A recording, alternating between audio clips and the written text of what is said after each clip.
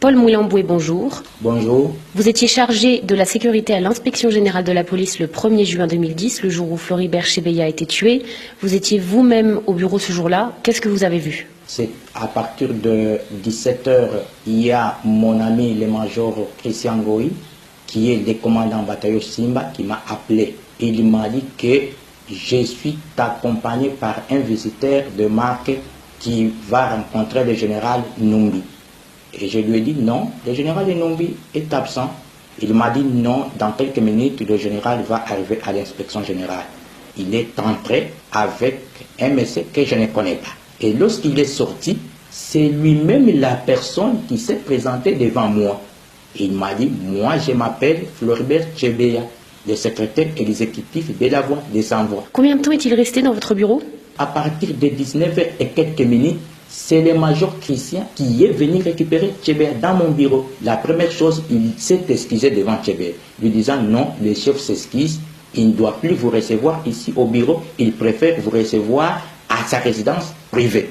Maintenant, en sortant, à partir de la réception, Chebeya a été déjà cagoulé. C'est à partir de la réception. Et comment le savez-vous? Tout justement, mon bureau, il y a une caméra de surveillance et cette caméra capte à partir de mon bureau à 50 à 100 mètres. Alors, lorsqu'on a fait les mouvements de prendre Chebeya brusquement, la caméra a sonné.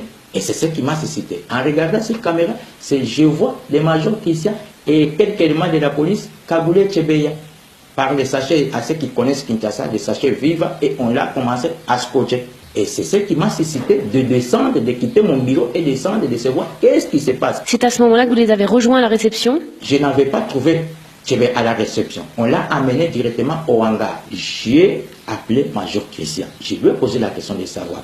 Il m'a dit, monsieur, fermez ta bouche. C'est un ordre qui vient de la hiérarchie. Je lui ai encore posé la deuxième question. Qui vous a donné cet ordre? Il m'a dit, non, c'est le président de la République pour la première fois. Je lui ai posé la question. Qui a reçu l'ordre du président de la République par téléphone ou par quoi? Précisément. Il m'a dit, non, j'ai reçu l'ordre du président de la République par canal du général Enum. C'est le général Enum qui a imprimé l'ordre au major Christian. Et lorsqu'il a imprimé cet ordre, il a dit au major Christian que cet ordre vient du président de la République. Ça, c'est le major Christian qui me rapporte. D'abord, l'ordre est venu.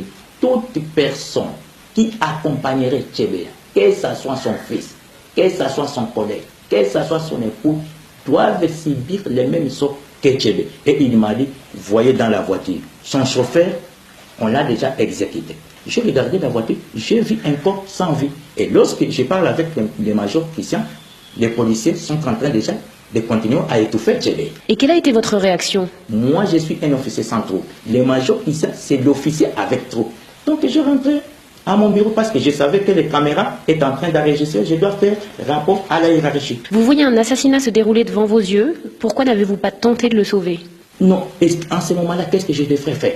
Moi, mon problème est de faire rapport au chef. D'abord, je suis le commandant sécurité. Ma question, c'est quoi? Je vois l'événement. Et que le major Christian a des policiers bien armés. À ce moment-là, je ne devrais pas faire autrement. Je devrais faire rapport au général Enum. Après cette opération, c'était déjà à 20h. J'ai quitté le bureau à partir de 20h et quelques minutes et je me suis arrivé à la maison à 20h et quelques minutes. Et c'est donc 2 jours après l'assassinat que Christian Goy s'est confié à vous? Avant des fouilles, il m'a appelé dans sa chambre parce que nous habitons dans la même maison. J'ai retrouvé en train de pleurer. Il m'a dit, ça me fait mal.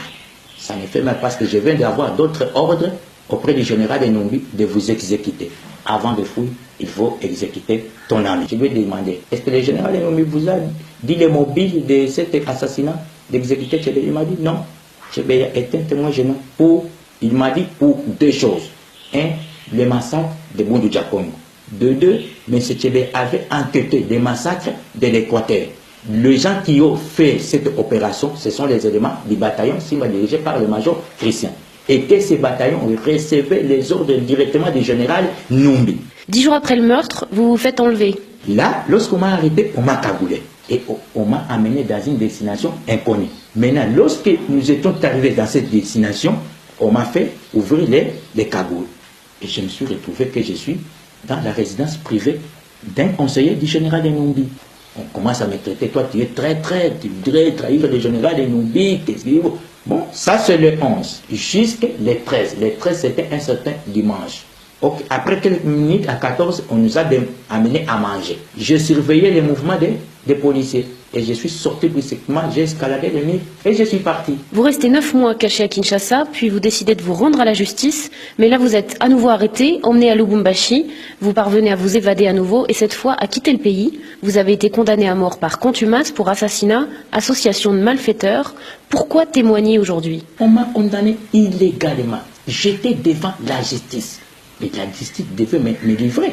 La justice a préféré me faire disparaître. Parce que je suis témoin gênant dans l'affaire Tchéboué. C'est-à-dire quoi? Je suis témoin gênant pour le pouvoir de Kinshasa et pour le président de la République. Et pour même le général Enou.